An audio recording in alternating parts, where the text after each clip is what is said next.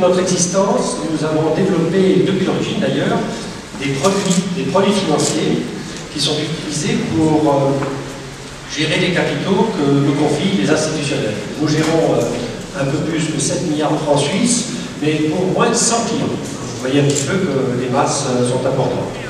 Alors pourquoi le cyclisme? Parce que, en fait, nos valeurs, je ne vais pas parler, les valeurs de notre société sont très proches de celles du cyclisme. Le goût de l'effort, le culte de la performance, la patience, la discipline, le long terme, les épreuves par étapes, les épreuves de longue haleine sont tout à fait ce qui est nécessaire dans notre activité de tous les jours. Cette équipe Continental Pro sera forte de 20 coureurs et j'ai demandé à Serge que 10 coureurs au moins soient suisses pour qu'il y ait effectivement cette connotation suisse auquel on tient beaucoup. Alors, Suisse, des jeunes, des moins jeunes, mais qui feront un quota très important dans cette équipe de 20 coureurs. Notre idée, c'est de faire, bien entendu, des courses suisses et de faire tout ce qu'il faut pour, en quelque sorte, obtenir des invitations sur des courses prestigieuses comme le Tour de Romandie, le Tour de Suisse et autres courses suisses. D'après les statistiques de l'UCI, le budget moyen des équipes continentales, c'est 4 millions de francs suisses par an, on sera au-delà de 6. Donc, si vous voulez, dans notre état d'esprit, tout ce que l'on fait, on le fait sur le long terme. Donc, à court terme, il n'y a aucun calcul de retour sur investissement qui est fait, puisque l'intégralité des montants qui seront versés de la maman, RBSA et IAM Cycling, seront mangés intégralement année après année.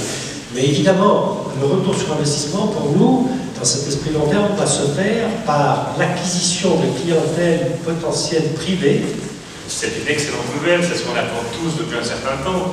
Une équipe pour les Suisses, une équipe d'ailleurs, elle n'a pas obligatoirement besoin d'être exclusivement suisse, c'est pas le but. Il faut que les Suisses côtoient aussi effectivement le cyclisme français ou d'autres. Ce qui est important, c'est qu'on ait effectivement une possibilité pour des jeunes athlètes à 22 ou 23 ans de passer ce niveau supérieur, de pouvoir côtoyer les meilleures équipes et de pouvoir avoir un calendrier de course un peu plus fourni. Donc nous, c'est que des bonnes nouvelles.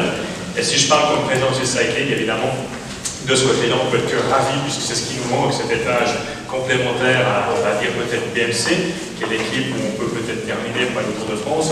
Mais là, en l'occurrence, effectivement, c'est une excellente nouvelle. Et je remercie vraiment les investisseurs de revenir dans le cyclisme, parce qu'ils ne feront que des bonnes affaires, puisque c'est le meilleur ratio que vous pouvez trouver dans la visibilité.